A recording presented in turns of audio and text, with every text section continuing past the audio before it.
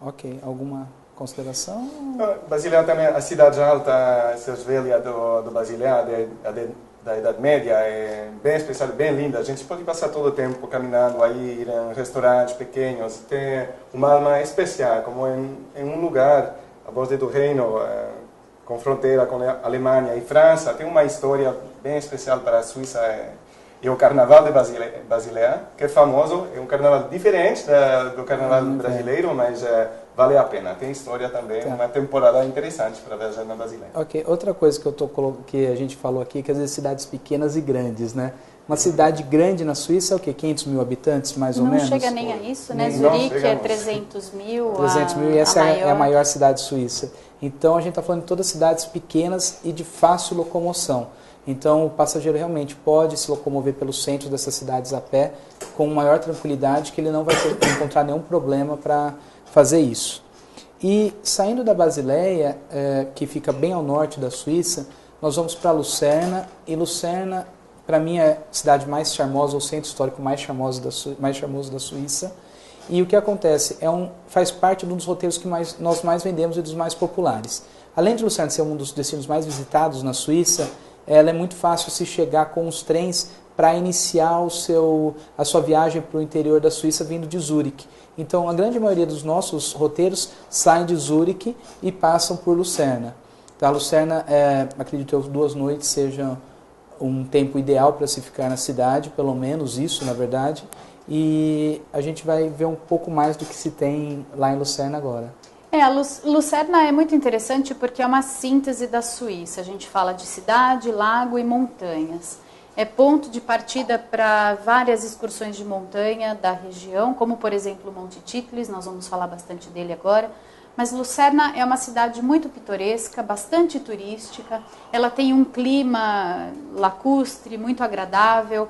Ela acontece basicamente ao redor do lago, né, como a maioria das principais cidades suíças. É ótima para compras, para entretenimento, para souvenirs também. E todos os dias ao meio-dia, para quem quer uma opção gastronômica, existe um barco que sai da cidade, do pier central de Lucerna, que faz toda a volta pelo lago, passando inclusive por algumas cidadezinhas como Wex, por exemplo, onde a seleção brasileira se hospedou na Copa do Mundo da Alemanha, né, para a preparação dos jogos. E a pessoa almoça no barco e tem todo aquele visual maravilhoso ao redor. Lucerna também tem um museu do transporte muito interessante. E quando a gente fala em museu, a gente geralmente pensa numa coisa um pouco mais estática, menos interativa, mas o museu do transporte é bem diferente. É uma ótima opção para quem viaja com famílias. Ele tem toda uma estrutura gigantesca onde estão expostas aeronaves em tamanho real, trens, carros, e conta toda a história do transporte no mundo e também na Suíça, né? É uma excelente opção para famílias. E eu não sei, Arthur, você já esteve lá em Titlis para falar um pouquinho como que é a estação? Já tive sim, da cidade de Engelberg, que significa Cidade dos Anjos, né? De lá sai o lift que vai para a montanha de Titlis. É muito legal durante o verão, você quando está no meio da subida no teleférico, olhar para baixo e ver o verão, tudo esverdejante, com árvores, sol, e olhar para cima e ver neve, árvores cobertas com neve. Então você vê as 2 estações do ano de um ponto só ao mesmo tempo. E lá em cima é legal não só para quem esquia. Quem não sabe esquiar encontra lá em cima um parque de diversões na neve. Você pode escorregar em trenó. Tem uns brinquedos que parecem aqueles banana boat de praia, mas que sobem 5, 6 pessoas e escorregam pela neve. É um lugar que não dá vontade de sair mais. Não precisa saber esquiar. Não precisa. Você vai brincar, né? para se divertir e escorregar na neve. É uma delícia. Programa para família mesmo, bem divertido. Como falamos antes, é um lugar ideal para crianças e pessoas de terceira idade, porque cada um chega a encontrar o que quer. E a infraestrutura é impecável. Você, para chegar lá, você tem todo o conforto, a segurança, tem o lugar para você descansar, para ficar aquecido, para brincar na neve. Não falta nada. E para quem quer experienciar a neve também pode alugar jaquetas, botas. E para a pessoa se situar, partindo de Lucerna até Engelberg, a viagem dura mais ou menos 1 hora de trem. Os trens partem a cada hora. E depois de Engelberg até o topo do Monte Titlis, esse trajeto é feito em 3 percursos e ele dura aproximadamente 40 minutos. O último percurso é realizado através de um bondinho giratório chamado Titlis Roter, que dá a possibilidade de visualizar toda a região em 360 graus. É muito interessante, você não precisa lutar por um espaço para tirar foto ou para obter o melhor panorama. Você tem toda essa visão dentro do seu próprio espaço, do bondinho. É uma né? oferta bem única nos Alpes. É muito interessante agora para o brasileiro que não está acostumado com neve, de maio a julho, se eu não me engano, a Wanda que está no chat vai poder passar a informação correta. Eles têm agora aquele snowmobile, que eles chamam de moto na neve, que você vai poder pagar, o preço agora não tenho de cabeça, mas se eu não me engano era 12 ou 15 francos suíços, e você dá 2 voltas numa pista que eles montaram, nesse snowmobile em pleno verão. Então isso é interessante porque o brasileiro não tem essa experiência aqui, dificilmente consegue, num valor muito acessível para se fazer isso. E outra coisa interessante em Titlis é que muitas vezes você faz esse passeio, você tem a caverna de neve lá, e você pode descer naquelas motinhos, né, pela montanha ou de bicicleta. Então, em vez de você descer com a gôndola, você pode optar por descer nessas bicicletas sem esforço nenhum, e assim com um grau de dificuldade bem simples, e até a vila de onde você pega o trem de volta para Lucerna. É o último trajeto, né, dessa etapa de 3 processos. O último processo de volta, como você falou, pode ser feito de trote bike, que é para crianças também fantástico, né? Você pode parar, tirar fotos, inclusive esse trajeto passa pelas fazendinhas, pelas vaquinhas, pelas flores, então vale a pena mesmo, para quem tem pique, energia, mas é tranquilo, não é difícil. Sem barulho aí, a gente aproveita de baixar a seu ritmo. Assim. E está no meio da natureza mesmo, né? E agora nós vamos estar saindo de Lucerna, indo para Interlaken. Aqui começa uma das rotas cênicas dos trens suíços, que seria a Golden Pass Line. Então, esse é o primeiro trecho. O segundo trecho vai depois de Interlaken até Montreux, que nós vamos falar também. Nesse primeiro trecho, nós não precisamos de reserva de assentos. Então, qualquer um dos trens que você pegue em Lucerna com sentido Interlaken, você vai passar por essa rota cênica. Isso é muito legal porque facilita bastante o trajeto de quem está querendo visitar e ter uma experiência no trem. Basta embarcar. Basta embarcar. E Interlaken é muito legal porque é um vilarejo bem pequenininho e o próprio nome diz entre 2 lagos. Então você tem 2 lagos, um do lado do outro, um vilarejozinho no meio, uma montanha atrás e uma na frente. Então, para qualquer lado que você olhe dessa cidade, a paisagem é muito bonita. Né, Gisele? E aí você vai para o Jungfrau, que você vai falar agora, explicar um pouquinho. Sim, exatamente. Interlaken é um vilarejo bastante típico suíço. É a Suíça dos cartões postais. Então a gente tem chalés, tem fazendinhas, tem vaquinhas. A própria vilinha de Interlaken tem muitas opções de relógios, souvenirs, comida típica. Então a gente vê muitos turistas concentrados nessa vila. E Interlaken também é ponto de partida para inúmeras excursões de montanha da região, para Grindelwald, que não é propriamente uma montanha, mas já é uma pista de esqui no inverno, já é um resort de esqui. Nós também temos o Harderkulm, que é um mirante que fica a 20 minutos de Interlaken, onde você tem um ponto de observação fantástico dos 2 lagos que dividem a cidadezinha.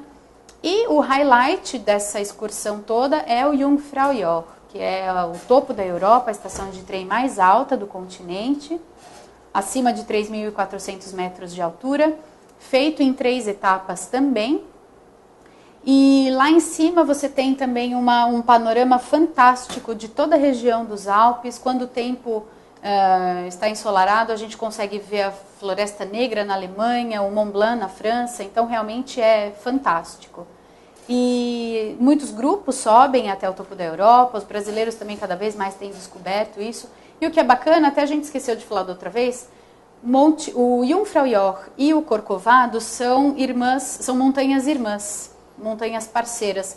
Então, quem visita o Corcovado e guarda o bilhetinho, ganha 50% de desconto para visitar o Jungfraujoch e vice-versa. Então, é uma brincadeira bacana que permite, assim, essa interatividade. Né? Que legal. E a outra coisa interessante que nós esquecemos é, subindo para o Jungfrau, você tem 2 rotas de trem. Então, dá para você subir por um lado da montanha, tendo uma vista, e descer pelo outro. E nesse caminho, nessas paradas, existem alguns vilarejos que são muito interessantes de serem visitados, porque são vilarejos bem típicos alpinos, com pessoas realmente morando lá, a hotelaria é muito pequena lá, então você tem realmente um lugar típico do suíço, né, para conhecer numa parada às vezes de meia hora, ou de hora em hora, né, que é o trem que... Sim, de hora em hora. Então você para, fica uma hora no vilarejo, volta. Pode almoçar, inclusive. Almoça, tem alguns esportes caminhada. radicais ali que nós estávamos conversando também. Então tem numa dessas paradas, e aí eu não lembro o nome agora, depois vão me ajudar aqui. Você faz tirolesa e você tem alguns outros esportes radicais que dá para se fazer nessa volta. Sim, se chama First. First. Exatamente, então esse é muito interessante. E também tem aquele restaurante que fica nas costas, vamos dizer, do vilarejo de Interlaken, que esse é o Harderkum. Harderkum. A gente chega com um funiculário diretamente do centro do Interlaken. Pode subir e pode aproveitar uma das comidas típicas da Suíça, que é o Rösti. É um pouco uma preparação com batatas, aí tem todo tipo de... a gente vê no slide, é um pouco esse panorama, esse hotel muito velho. Foi construído faz muito tempo. A verdade, Interlaken, que é o nome, Interlaken, é Interlago, entre dois lagos, e que aí é muito famosa, era a sede do alpinismo um pouco mais democratizado. E tuvo filmes rodeado aí, James Bond foi rodeado ali, também com Clint Eastwood, rodeou da subida do Eiger, da face norte do Eiger, que é bem famosa em Toporana. Bom, é um lugar famoso que tem história e que tem o sentido do serviço, do turismo faz muitos anos. Por isso, cuidam muito bem as turistas. Isso, e só aproveitando o gancho desse lugar que cuida muito bem dos turistas, eu acho importante dizer que Lausanne tem a principal escola de hotelaria do mundo, inclusive o Adrian trabalhou lá, né, nós estávamos conversando isso. Então, a qualidade do atendimento, tanto em hotelaria quanto nos serviços suíços, é muito alta. Então, hotéis 3, 4 ou 5 estrelas, você tem uma qualidade de serviço excelente. Então, não é porque o passageiro muitas vezes está ficando um 3 estrelas que a qualidade de serviço não vai ser boa. Realmente é melhor do que a média europeia. Então, esse é também um diferencial que a Suíça tem e é um importante diferencial para o brasileiro.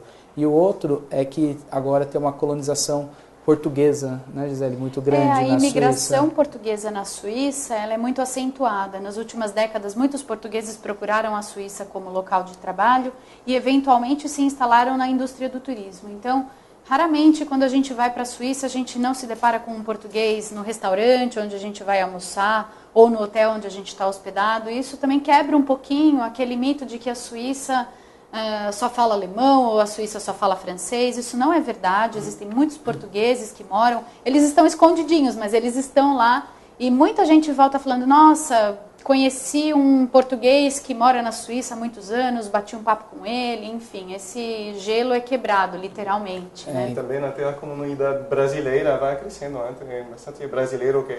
Outra semana você estava em Zurique, e conheço a gente no Springly. Não, eu fui comprar café na Nespresso e conversando com o rapaz que me serviu o café, ele me contou que de 10 funcionários daquela boutique Nespresso, 4 são brasileiros. Então, quase a metade, né, dos funcionários vem do Brasil. Então, é uma realidade que cada vez mais tem, até na própria Suíça também. É muito interessante, né, Arturo? Porque para quebrar também essa barreira da língua, todos os voos que saem de São Paulo ou que vêm de São Paulo tem pelo menos um comissário que fala português. Né? É verdade, alguns comissários falam a língua portuguesa e isso dá tranquilidade para o passageiro também, saber que alguém a bordo vai poder atender ele sem ter complicações com a língua. Né? Isso, para nós do turismo, é muito legal, porque além dos tours que nós falamos que são self-guided, né, como os de trem ou os fly and drives, quando vocês tiverem um cliente que quer um serviço privativo, que demanda um guia o tempo todo, ou que gostaria de ter guias em português nas cidades, nós conseguimos suprir essa necessidade do seu passageiro. Inclusive, nós já tivemos uma venda, que o pessoal que sabe, de 12 dias de Suíça, com guia em português o tempo todo. Então, o uma passageiro... celebridade, inclusive, né? Não, na Suíça. Não vamos... Não vamos não. A Suíça é sigilosa, fica tranquilo. Não podemos colocar isso. Mas, enfim, e que precisava desse serviço. Então, foi feito um serviço nesse ponto e os passageiros voltaram muito satisfeitos porque a qualidade do serviço, do atendimento é interessante. E mesmo quando nós, por acaso, não consigamos o brasileiro, como o número de brasileiros está crescendo para a Suíça, a pessoa latina, que normalmente que fala o espanhol, está acostumado a lidar com o brasileiro. Então, ele tem aquele portunhol que nós falamos, que dá para o brasileiro entender muito bem e fazer o tour sem nenhum percalço.